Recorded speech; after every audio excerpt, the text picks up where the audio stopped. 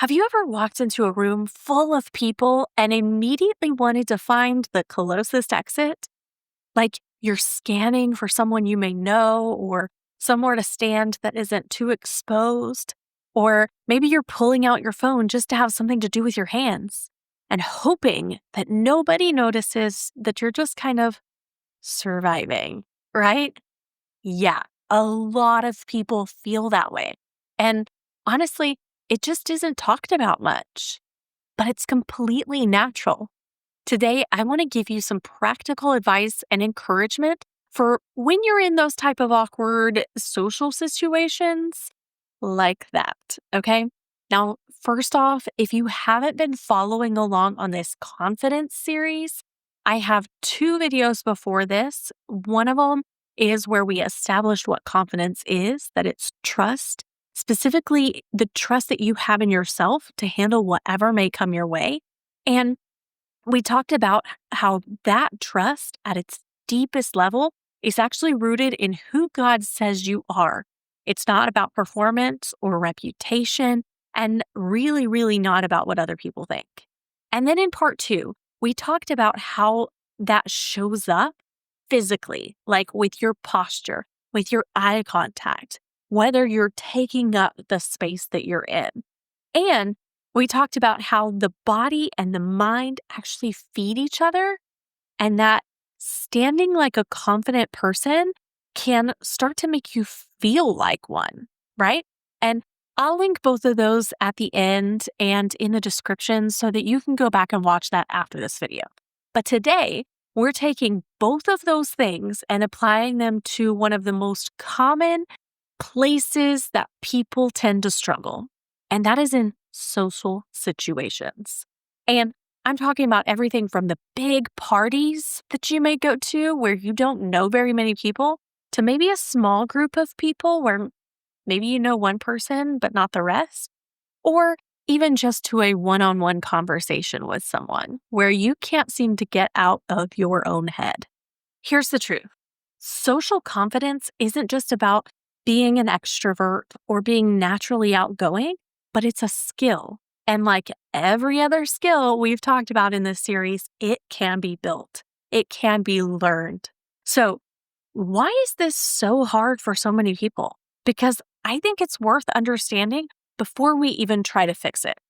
And the core of issue of this is in social situations, we become very aware that we are being observed, right? And the moment we feel observed, something just kind of shifts in our brain. We stop thinking about the conversation that we're having and we start thinking about ourselves, how we are coming across, whether we're, saying the right thing. Have you ever thought about that? I do all the time. Whether that person liked us, whether or not we're being too much or not enough. And psychologists call this self-focused attention. And it's the enemy of genuine connection because you literally cannot be fully present with another person when most of your mental energy is pointed inward. And here's the thing. The irony is that the more you're thinking about how you're coming across, the worse you actually come across. Because people can feel when you're not really there. They can feel when you're performing instead of trying to connect. The most magnetic people in the world, in any room, are not the ones that are thinking most about themselves. They're the ones who have completely forgotten themselves because they're so locked in on whatever or whoever they're talking to. And that's a skill. It's a skill that can be learned. And it starts with understanding where your attention is going to. In Philippians 2:3-4, it says, "Do nothing out of selfish ambition or vain conceit. Rather, in humility, value others above yourselves, not looking at your own interests, but each of you to the interests of others."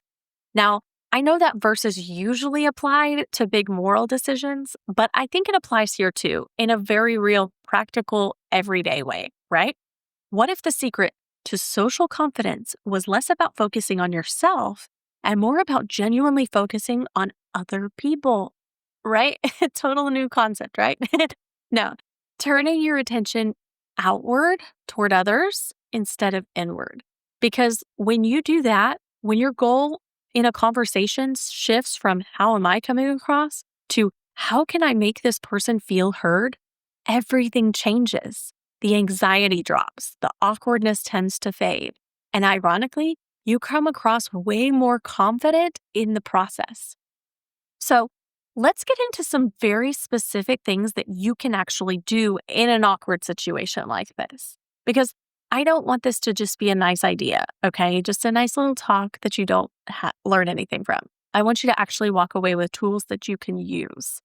And the first one is to go into a conversation or a social situation with a focus on curiosity and not performance. Most people walk into a social situation thinking about what they're going to say, how they're going to introduce themselves, whether they're going to be interesting or not. Just flip that. Flip it completely, okay? Walk in genuinely curious about the people around you. What do they do? What are they excited about right now? What is their story? When you're curious, you ask better questions, right? And when you ask better questions, people genuinely feel seen and they're going to remember you for it. You see, nobody really remembers the person who talked the most in the room, right? They remember the person who made them feel the most interesting. It's all about how that other person feels. And that person, the one who makes you feel like what you're saying actually matters, is almost always the one who asks the best questions. Curiosity is a social superpower, and nobody's really using it. I love how John Maxwell puts it. He talks about this, and it's one of those things that sounds just really almost too simple until you actually try it, okay? His whole approach to connecting with people is just getting them to talk about themselves. That way they're focused on themselves and not you, right? He says, ask them about their work, their family, what they're passionate about, what they've been up to, and then actually listen. Don't just wait for your turn to talk, but genuinely engage with what they're saying and then ask the next question. Just keep the questions coming. What ends up happening is they walk away from that conversation thinking, man, I really liked that person. They're so easy to talk to. But here's the thing. You barely said anything about yourself, and they liked you because you made them feel interesting. And that is such a simple shift, but it is so powerful. People are not walking away from conversations thinking about what you said. They're walking away thinking about how you made them feel. So if you can walk into any social situation out there, say you're walking into a party, you're walking into a group of people that you don't know. I did this just this week with a small group at church that I'm brand new to, right? Okay. If you can walk into that situation and make your mission to leave every person feeling more interesting than when you found them, you will never struggle socially again. I promise. Actually, I probably can't make that promise because some of you just may be really, really awkward, but hopefully this will help at least a little bit. The second thing is to get comfortable with silence. One of the biggest drivers of social anxiety is this desperate need to fill every pause with conversation. And when we do that, we end up saying things we didn't mean, we ramble, we overshare. Confident communicators are often comfortable with a beat of silence. Just pause. They're not in a rush. They think before they respond, and that stillness, that unhurried quality actually makes everything they say land harder. Third, stop trying to be liked and start trying to be real. Okay, this one is huge. Authenticity is a huge thing right now, right? When your goal is to be liked, you tend to perform or overperform. You say what people want to hear. You agree even when you don't really agree. You laugh a little too hard at jokes that weren't even all that funny. And people feel that inauthenticity even when they can't quite name it. They think it's fake and they know it, right? But when you're just real, when you say what you actually think, share what you actually believe, admit when you don't know something, people are drawn to that because authenticity is rare and it's magnetic. Proverbs 27:19 says, as water reflects the face, so one's life reflects the heart. What's inside is going to show up on the outside, whether you want it to or not. So rather than trying to manage the outside, trying to perform confidence that you don't actually feel, the deeper work is what's happening inside. Now, I want to take a minute on something that I think is underneath a lot of this social anxiety, and it's the fear of rejection. Guilty. I'm guilty as charged, right? The fear of being left out, excluded, judged, not chosen. Because for a lot of people, social situations are scary, not because they don't know what to say, but because they're terrified of what happens if people don't like them. And I want to be honest with you, that fear is real. Rejection hurts. Being left out hurts. Being misunderstood or judged or dismissed, that stings in a way that's really kind of hard to describe unless you've felt it yourself. And if you've experienced that in a significant way, maybe it's been growing up you experienced it, or in a friendship or relationship that just kind of went sideways, that experience can follow you into every room you walk into. That's one of those things they call baggage, right? But here's what I've come to understand. If your sense of worth is tied to whether people accept you in any given situation, you are always going to be fragile because you can't control how people respond to you. You can show up well, you can be warm, you can be your genuine, authentic self, and some people still won't be your people. And that's okay. Not everyone is supposed to be, right? The goal is not universal approval. In fact, if everyone likes you, you're probably not being like Jesus. Oh, I know that's hard to hear, and some people will not like me for it. But it had to be said. The goal here is genuine connection with the people that God has actually placed in your life for a reason. Romans 15:7 says, accept one another then, just as Christ accepted you.